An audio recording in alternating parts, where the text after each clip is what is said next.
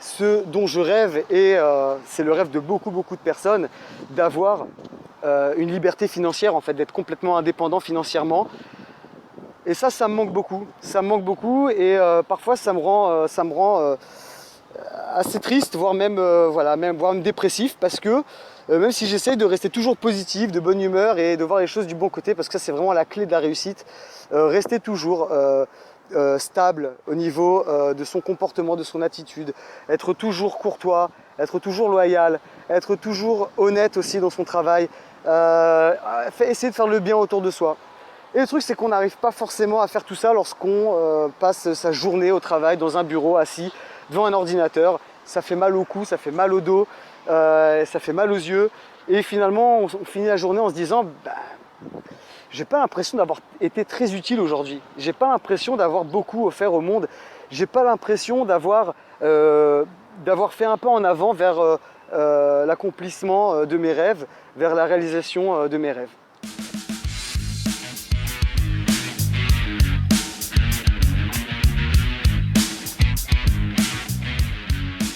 La base de la réussite financière, de la liberté financière, c'est il y a 3 piliers en fait.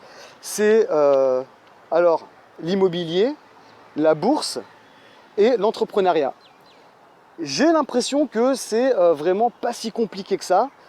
J'ai l'impression que en fait on se met des freins dans nos têtes, et j'ai eu l'occasion d'en parler beaucoup ces derniers temps à pas mal de monde, et je vois en fait les réactions des gens, la réaction très négative des gens par rapport à ça.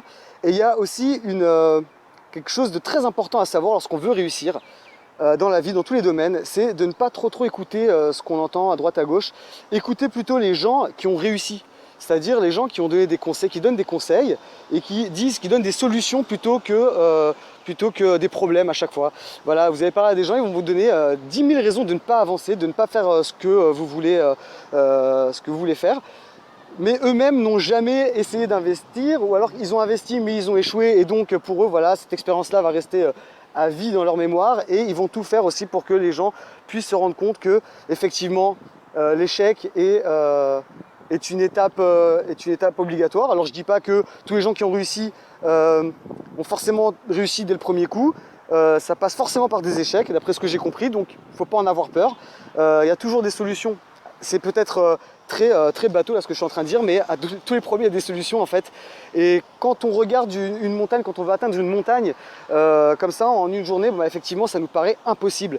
Mais si on se dit qu'on va passer par étapes, qu'on va faire ça par étapes, en faisant des stations, en passant par certaines stations, et à chaque fois en essayant chaque jour de grimper un petit peu plus la montagne, et finalement on s'aperçoit que c'était pas si dur que ça, parce qu'une fois qu'on est dessus, voilà, on s'aperçoit que c'est pas si élevé que ça, et qu'il y a des manières d'y arriver. Parfois on doit contourner certains obstacles, mais c'est pas inatteignable. Si on croit en soi-même, si on a assez de confiance en soi et qu'on a construit les choses de manière logique, de manière intelligente, de manière méthodique, il n'y a aucune raison que ça ne se passe pas de la manière dont on a visionné les choses. Alors je ne dis pas que tout est prévisible dans la vie, il y a beaucoup de surprises, parfois des bonnes surprises, parfois des mauvaises surprises, on ne peut pas tout anticiper, mais si on vient bien formé, si on est bien documenté, et surtout qu'on a le courage d'avancer, il n'y a aucune raison que ça ne se passe pas de cette manière. Donc là, moi j'ai quelques petits projets pour la suite, et j'espère vraiment y arriver.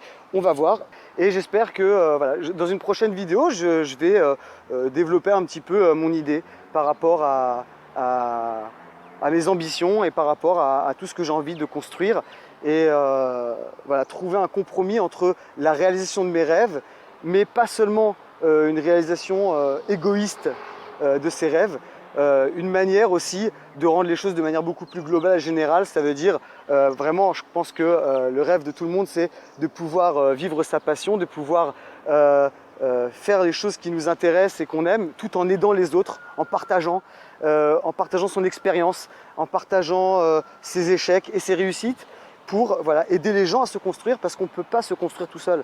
On a besoin des autres, les autres ont besoin de nous. Ça, c'est ce que j'ai compris, c'est vraiment un truc fondamental pour réussir.